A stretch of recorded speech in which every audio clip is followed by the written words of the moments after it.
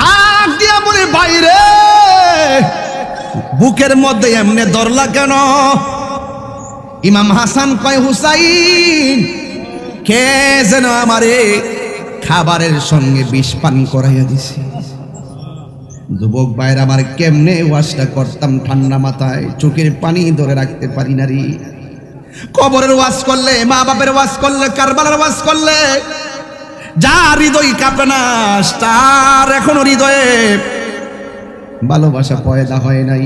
এই কথাগুলা বললে চোখের পানি ধরে রাখা যায় না। ইমাম হুসাইন কই, ভাই কেন গো বুকের মধ্যে হাত দিয়া বসে গেছো?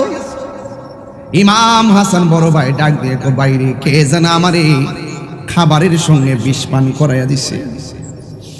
আমার বুকটা ধরছে। এবার যুবক ইমাম হাসান রাদিয়াল্লাহু তাআলা আনহু বুকের মধ্যে দইরা বসে গেছে। যেই ঠোঁটের মধ্যে আমার নবীর নূরানি ঠোঁট মুবারক লাগায়া চুমা দিছে, ওই ঠোঁট দিয়া যারা বিষটা ঢুকাইয়া দিয়া হাসানকে দুনিয়া থেকে বিদায় করে দিছে, এরা কি হুসাইনি মুসলমান না এজিদি মুসলমান?